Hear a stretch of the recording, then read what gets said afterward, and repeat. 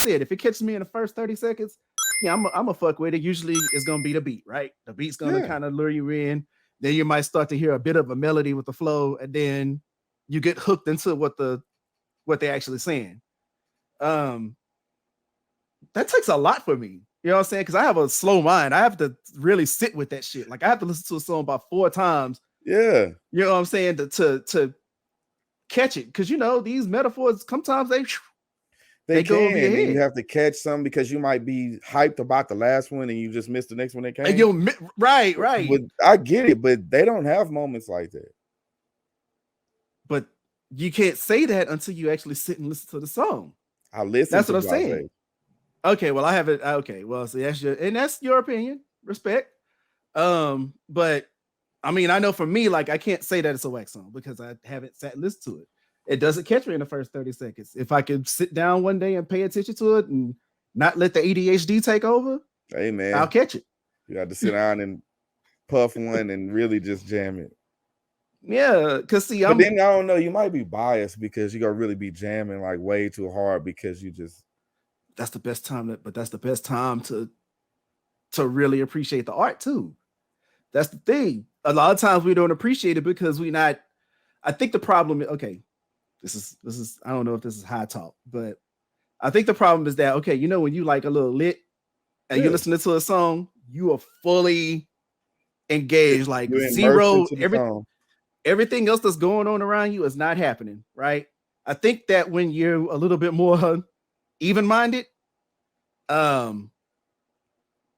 you're easily distracted. So, if they got the TV is on and your wife is on the phone or the dogs are barking, like all that going on, it's really kind of hard to kind of zone in on it.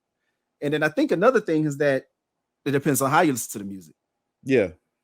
You know what I mean? Like if you're listening to it just in your house, you may not be able to catch it because you're not gonna be able to hear the bass levels and all that stuff the right way like you would if you had ear headphones. True. But I mean, when I'm in the house cleaning up, I got it on the sound bar. So yeah, I mean, I do that too.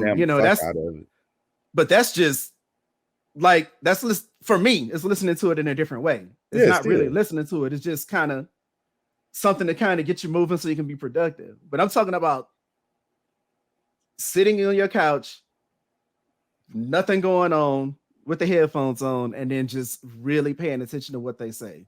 Yeah. I feel like when you sit down and understand what they're saying and really decipher whatever it is that they're telling you, then you just be like, okay. And then that's when you start to find out that these artists are really dope. That's how I look at it. Maybe. And I think that's real big on like a lot of the underground artists because you always hear like hip hop heads. Mm-hmm. They always like, nah, that mainstream ain't it. Like, yeah, there's some good shit out there, and there's a couple of good artists out there, but listen to the underground. Or if you're gonna listen to the mainstream artists, listen to the B-side.